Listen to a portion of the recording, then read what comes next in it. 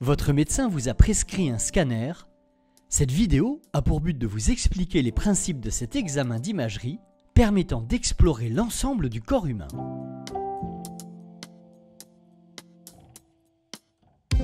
Le scanner est un examen d'imagerie médicale qui permet de réaliser des images en coupe fine du corps humain. L'exploration au scanner a pour avantage de donner des informations très précises sur les zones à étudier. Elle est notamment envisagée pour la recherche d'anomalies qui ne sont pas visibles à l'échographie ou sur des radiographies classiques. Il utilise des rayons X à faible dose. Il balaye la zone à étudier en rotation et reconstitue les images millimétriques en 2D ou en 3D des structures anatomiques. Pour améliorer la visibilité des tissus, notamment pour l'abdomen, les vaisseaux et l'appareil urinaire, il est souvent nécessaire d'utiliser un produit de contraste iodé, le plus souvent administré par voie veineuse. Cette injection est décidée par le médecin radiologue, qui est le responsable de l'examen.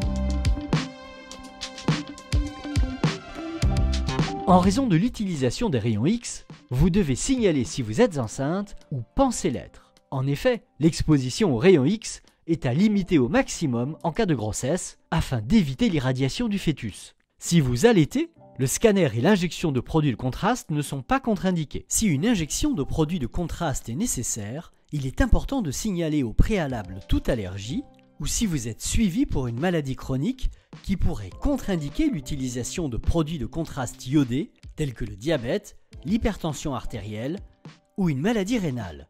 Dans ce cas, une vérification de la fonction rénale par une prise de sang sera préalablement demandée.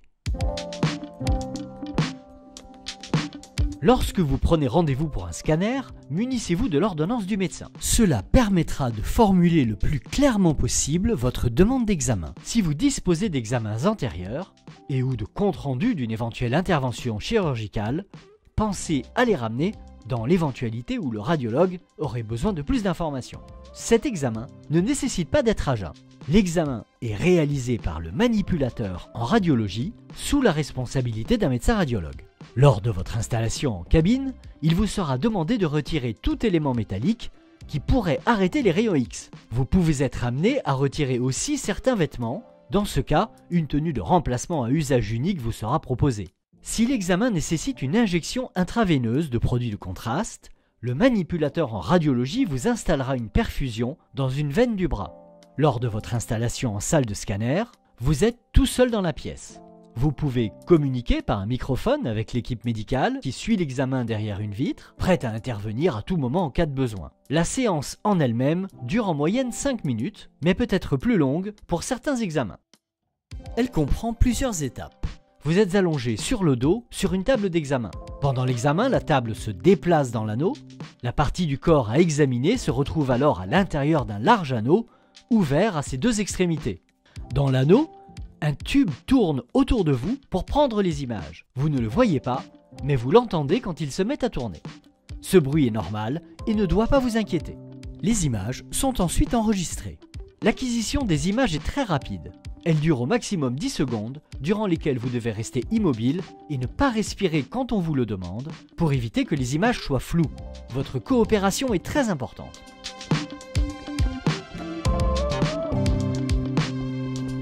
Cet examen est indolore. Lors de l'injection du produit de contraste, certains désagréments peuvent survenir. Ils sont généralement passagers et sans gravité.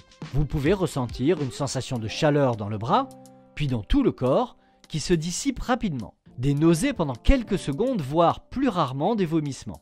De manière plus rare, il peut se produire une fuite du produit dans le bras autour de la veine utilisée pour l'injection, provoquant la formation d'un œdème ou d'un hématome et pouvant nécessiter un traitement local. Dans de très rares cas, il peut se produire des réactions allergiques pouvant nécessiter un traitement.